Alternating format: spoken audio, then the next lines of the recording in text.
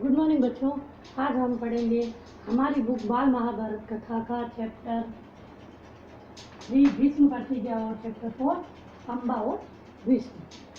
पहले हमने पढ़ा था महाभारत की कथा और दूसरा चैप्टर पढ़ा था देवव्रत, जिसमें एक गंगा नाम की युवती राजा शांतनु से शादी कर लेती है और अपने 7 पुत्रों को शर्त के अनुसार अपने 7 पुत्रों को गंगा नदी में बहा देती है और उनका 8वां पुत्र होता है जिसे राजा शांतनु नदी में बहाने नहीं देता और उसी जिद से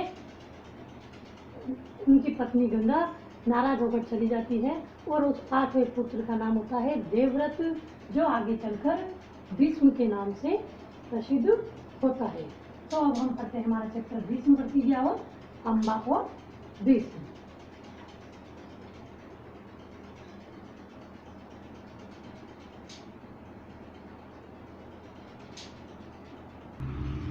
तो अब हम पढ़ते हैं हमारा चैप्टर भीष्म प्रतिज्ञा। तेजस्वी पुत्र को पाकर राजा प्रफुल्लित मन से नगर को लौटे और देवव्रत राजकुमार के पद को सुशोभित करने लगे। 4 वर्ष और बीत गए। एक दिन राजा शांतनु यमुना तट की ओर घूमने गए तो वहाँ अप्सरा से सुंदर एक तरुणी खड़ी दिखाई दी। तरुणी का नाम सत्यवती था। गंगा के वियोग के कारण राजा के मन में जो विराग्य छाया हुआ था, दुख छाया हुआ था, उनकी दूरी के कारण वह इस तरुणी को देखते ही विलीन यानी समाप्त हो गया। उस सुंदरी को अपनी पत्नी बनाने की इच्छा उनके मन में बलवती हो उठी और उन्होंने सत्यवती से प्रेम याचना की। सत्यवती बोली, मेरे पिता मल्लाओं के सरदार हैं, पहले उनकी अनुमति ले लीजिए, फिर मैं आपकी पत्नी बनने को तैयार हूँ। राजा शांतनु ने जब अपनी इच्छा उन पर प्रकट की तो केवटराज ने कहा, आपको मुझे एक वचन देना होगा। राजा ने कहा, जो मांगोगे दूंगा, यदि वे मेरे लिए अनुचित न हो। केवटराज बोले, आपके बाद हस्तिनापुर के राज सिंहासन पर मेरी लड़की का पुत्र बैठेगा। इस बात का आप मुझे वचन दे सकते हैं। केवटराज की शर्त राजा शांतनु को नागवार लगी। गंगासुत को छोड़कर अन्य किसी को राजगद्दी पर बैठाने की कल्पना तक उनसे न हो सकी। निराश और उद्विग्न मन से वे नगर की ओर लौट आए। किसी से कुछ भी नहीं कह सके, पर चिंता उनके मन को कीड़े की तरह कुतर कर खाने लगी। देवव्रत ने देखा कि उनके पिता के मन में कोई न कोई व्यथा समाई हुई है। एक दिन उसने शांतनु से पूछा, पिताजी, संसार का कोई भी सुख ऐसा नहीं जो आपको प्राप्त न हो, फिर भी इधर कुछ दिनों से आप दुखी दिखाई दे रहे हैं, आपको किस बात की चिंता है? यद्यपि शांतनु ने गोलमाल बातें बताई, फिर भी कुशाग्र बुद्धि यानी तेज बुद्धि वाले देवव्रत को बात समझते देर लगी। उन्होंने राजा के सारथी से पूछताछ करके उस दिन केवटराज से यमुना नदी के किनारे जो कुछ बातें हुई थी उनका पता लगा लिया। पिताजी के मन की व्यथा जानकर देवव्रत सीधे केवटराज के पास गए और उनसे कहा कि वे अपनी पुत्री सत्यवती का विवाह महाराज शांतनु से कर दे। केवटराज ने वही शर्त दोहराई जो उन्होंने शांतनु के सामने रखी थी। देवव्रत ने कहा, यदि तुम्हारी आपत्ति का कारण यही है तो मैं वचन देता हूँ, मैं राज्य का लोभ नहीं करूँगा। सत्यवती का पुत्र ही मेरे पिता के बाद राजा बनेगा। केवटराज इससे संतुष्ट न हुआ। उन्होंने और दूर की सोची।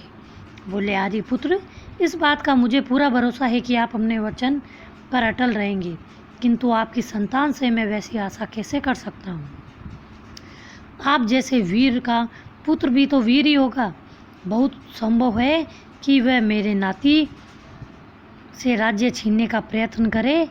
इसके लिए आपके पास क्या उत्तर है? केवटराज का प्रश्न अप्रत्याशित था। उसे संतुष्ट करने का सही अर्थ हो सकता था कि देवव्रत अपने भविष्य का भी बलिदान कर दे, किंतु पितृभक्त देवव्रत इससे जरा भी विचलित नहीं हुआ। गंभीर स्वर में उन्होंने ये कहा, मैं जीवन भर विवाह नहीं करूँगा, आजीवन या आजन्म ब्रह्मचारी रहूँगा। मेरे संतान ही न होगी। अब तो तुम संतुष्ट हो? किसी को आशा न थी कि तरुण कुमार ऐसी कठोर प्रतिज्ञा करेंगे। देवव्रत ने भयंकर प्रतिज्ञा की थी, इसीलिए उस दिन से उनका नाम ही भीष्म पड़ गया। केवटराज ने सानंद अपनी पुत्री को देवव्रत के साथ विदा किया। सत्यवती से शांतनु के 2 पुत्र हुए, चित्रांगद और विचित्रवीर्य। शांतनु के देहावसान पर चित्रांगद हस्तिनापुर के सिंहासन पर बैठे और उनसे युद्ध में मारे जाने पर विचित्रवीर्य की 2 रानियां थी, अंबिका और अंबालिका।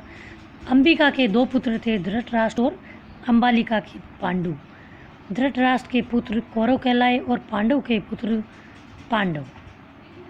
महात्मा भीष्म शांतनु के बाद से कुरुक्षेत्र युद्ध का अंत होने तक उस विशाल राजवंश के सामान्य कुल नायक और पूजनीय बने रहे। शांतनु के बाद कुरुवंश का क्रम यह रहा। शांतनु की 2 पत्नियां थी, गंगा और सत्यवती। गंगा से उन्हें देवव्रत पुत्र प्राप्त हुआ और सत्यवती से चित्रांगद और विचित्रवीर्य। चित्रांगद की मृत्यु होने के बाद विचित्रवीर्य की 2 रानियां थी, अंबिका और अंबालिका।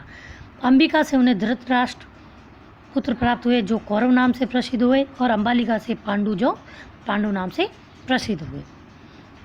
ये चैप्टर था हमारा भीष्म प्रतिज्ञा, जिसमें देवव्रत ने अपने पिता की खुशी के लिए एक भीष्म प्रतिज्ञा ली थी, जिसके बाद वह भीष्म कहलाए। अब हमारा अगला चैप्टर है अंबा और भीष्म। सत्यवती के पुत्र चित्रांगद बड़े ही वीर परंतु स्वेच्छाचारी थे। एक बार किसी गंधर्व के साथ युद्ध हुआ, उसमें वे मारे गए। अब है हमारा चैप्टर अंबा और भीष्म।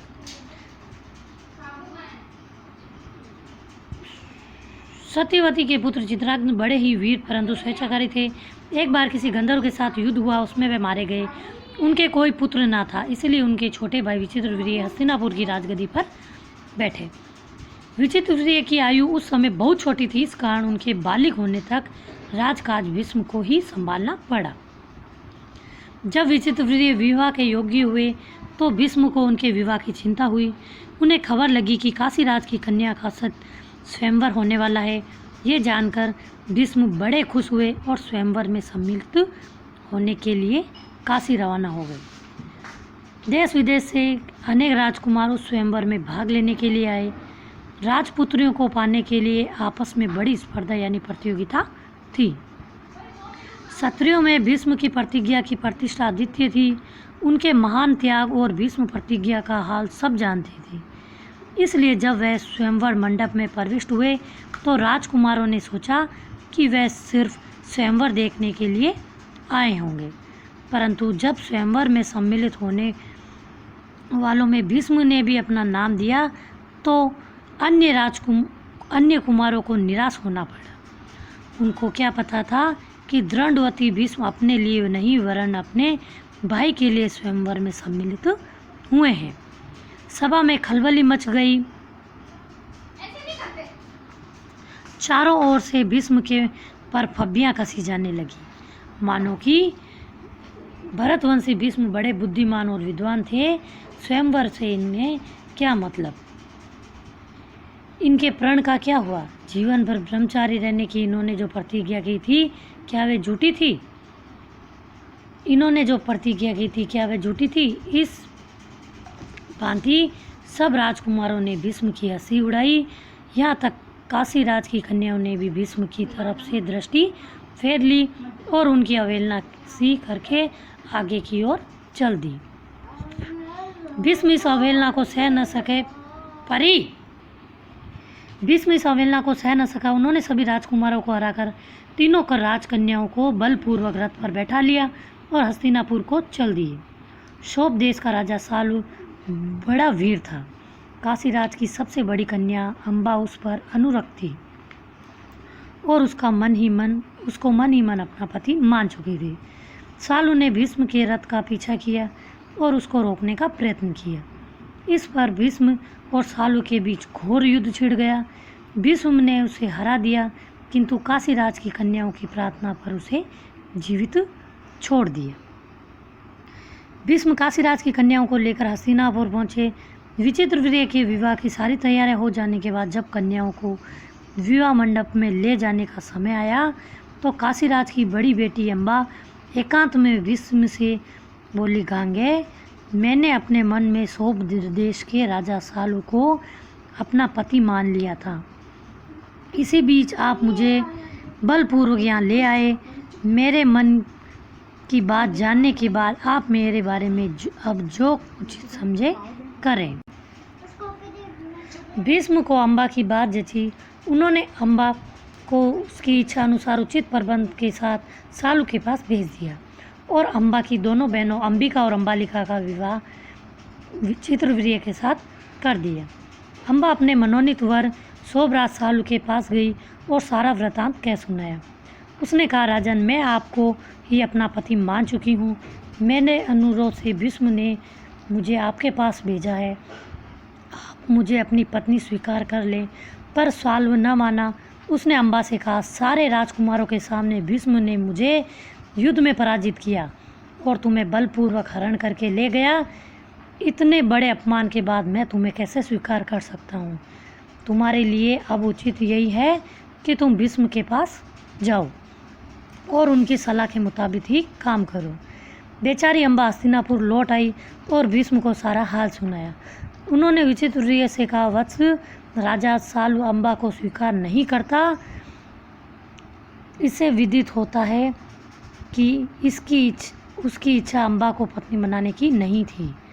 अब उसके साथ तुम्हारा ब्याह करने में कोई आपत्ति नहीं है। पर विचित्रवीर्य अम्बा के साथ ब्याह करने को राजी न हुआ। बेचारी अम्बा ने न इधर की रही और न उधर की। कोई और रास्ता न देख वह भीष्म से बोली, गांगे, मैं तो दोनों से ही गई, मेरा कोई भी सहारा न रहा। आप ही मुझे हर लाए हैं, अतः आपका ही कर्तव्य है कि आप मेरे साथ ब्याह कर लें। भीष्म ने उसकी बात ध्यान से सुनी और अपनी प्रतिज्ञा की याद दिलाकर बोले, अपनी प्रतिज्ञा तो मैं नहीं तोड़ सकता। उन्होंने अम्बा की परिस्थिति समझकर विचित्रवीर्य से दोबारा आग्रह किया, पर वह न माना। भीष्म से अम्बा को फिर समझाया, कहा कि सौभाग्य सालू के पास जाओ और एक बार फिर प्रार्थना करो। लाचार अम्बा फिर सालू के पास गई और उसकी बहुत मिन्नतें की, लेकिन दूसरी की जीती हुई कन्या को स्वीकार करने में शोभराज ने इनकार कर दिया। अम्बा इस प्रकार 6 साल तक हस्तिनापुर और सौभ देश के बीच ठोकरें खाती फिरी। उसने अपने इस सारे दुख का कारण भीष्म को ही समझा। उन पर उसे बहुत क्रोध आया और प्रतिहिंसा की आग उनके मन में जलने लगी। भीष्म से बदला लेने की इच्छा से वे कई राजाओं के पास गई और उनको अपना दुखड़ा सुनाया। भीष्म से युद्ध करके उनका वध करने की उसने राजा से प्रार्थना की, पर राजा लोग तो भीष्म के नाम से ही डरते थे। किसी ने इतना साहस न था कि भीष्म से युद्ध करे। क्षत्रियों से एकदम निराश होकर अम्बा ने तपस्वी ब्राह्मण की शरण ली। तपस्वियों ने कहा, बेटी, तुम परशुराम के पास जाओ, वे तुम्हारी इच्छा अवश्य पूरी करेंगे। तब ऋषियों की सलाह पर अम्बा परशुराम के पास गई। अम्बा की करुण कहानी सुनकर परशुराम का हृदय पिघल गया। उन्होंने दयार्द स्वर में कहा, काशीराज कन्या, तुम मुझसे क्या चाहती हो? अम्बा ने कहा, ब्राह्मण वीर, मेरी प्रार्थना केवल यही है कि आप भीष्म से युद्ध करें। मैं आपसे भीष्म के वध की भीख मांगती हूँ। परशुराम को अम्बा की प्रार्थना पसंद आई। बड़े उत्साह के साथ वे भीष्म के साथ पास गए और उन्हें युद्ध के लिए ललकारा। दोनों कुशल योद्धा थे और धनुष विद्या के जानकार भी। दोनों ही जितेंद्रिय और ब्रह्मचारी थे। सम्मान योद्धाओं की टक्कर थी। कई दिनों तक युद्ध होता रहा, फिर भी हार जीत का निश्चय न हो सका। अंत में परशुराम ने हार मान ली और उन्होंने अम्बा से कहा, जो कुछ मेरे वश में था मैं कर चुका। अब तुम्हारे लिए यही उचित है कि तुम भीष्म की ही शरण लो। पर अम्बा ऐसी बातों से कब विचलित होने वाली थी। उसने वन में जाकर फिर तपस्या शुरू की और तपोबल से स्त्री रूप छोड़कर पुरुष बन गई। उसने अपना नाम शिखंडी रख लिया। जब कौरवों और पांडवों के बीच कुरुक्षेत्र में के मैदान में युद्ध हुआ तो भीष्म के विरुद्ध लड़ते समय शिखंडी के रथ के आगे बैठा था और अर्जुन ठीक उसके पीछे। ज्ञानी भीष्म को ये बात मालूम थी कि अम्बा ही शिखंडी का रूप धारण किए हुए है, इसलिए उन्होंने उस पर बाण चलाना अपनी वीरोचित प्रतिष्ठा के विरुद्ध समझा। शिखंडी को आगे करके अर्जुन ने भीष्म पितामह पर हमला किया और अंत में उन पर विजय प्राप्त की। जब भीष्म आहत होकर पृथ्वी पर गिरे तब जाकर अम्बा का क्रोध शांत हुआ। ये थे हमारे चैप्टर भीष्म, प्रतिज्ञा और अम्बा और भीष्म। अब हम करते हैं इसके अभ्यास प्रश्न। अब करेंगे हम हमारे चैप्टर भीष्म, प्रतिज्ञा और अम्बा और भीष्म के अभ्यास प्रश्न, जिसमें पहला है राजा शांतनु को यमुना तट पर कौन मिला। दूसरा प्रश्न है केवट राज ने राजा शांतनु से क्या वचन मांगा। अगला प्रश्न है देवव्रत का नाम किस प्रतिज्ञा से भीष्म पड़ा। सत्यवती से शांतनु के कितने पुत्र हुए, नाम लिखो।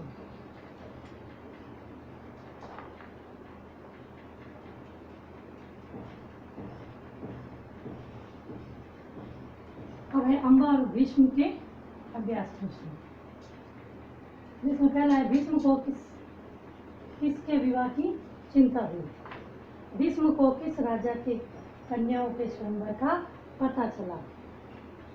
तीसरा प्रश्न है सभी राजकुमार भीष्म की अवहेलना क्यों करने लगे। चौथा क्वेश्चन है भीष्म ने अवहेलना सहन न होने पर क्या किया। पांचवा क्वेश्चन है अम्बा ने भीष्म को एकांत में क्या किया, क्या कहा। छठा क्वेश्चन है अम्बा के आग्रह पर भीष्म ने क्या किया। सातवां क्वेश्चन साल्व ने अम्बा को पत्नी रूप में स्वीकार क्यों नहीं किया। आठवां क्वेश्चन है अम्बा कितने साल तक हस्तिनापुर और सौंप देश के बीच ठोकरे खाती फिरी।